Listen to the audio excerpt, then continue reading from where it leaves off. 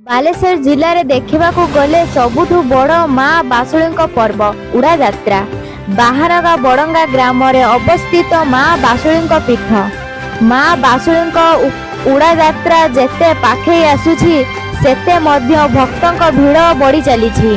माँ बासुली कमिटी तरफ भक्तों पाई विशेष ध्यान दिया जाइछि। ये होउछंती माँ को भगता। माँ बासुली आगरे जो पोखरी रही से पोखरी मझिरे राधा कृष्ण को मंदिर रही। राधा कृष्ण मध्य सेठी पूजा पाउछंती। से पोखरी कला पहाड़ आसीथिबा समय माँ एठी लुचि रही। माँ को यही पोखरी तुटरे हाकुट रही। दासिया बाहुरी भगता पाटुआ नीति नियम अनुजाई पूजा अर्चना करती। भिडियोटी को शेयर करंतु, समस्त को माँ बासुली दर्शन करिवार सुजोग दियंतु। आम पेज को फॉलो करिनियंतु।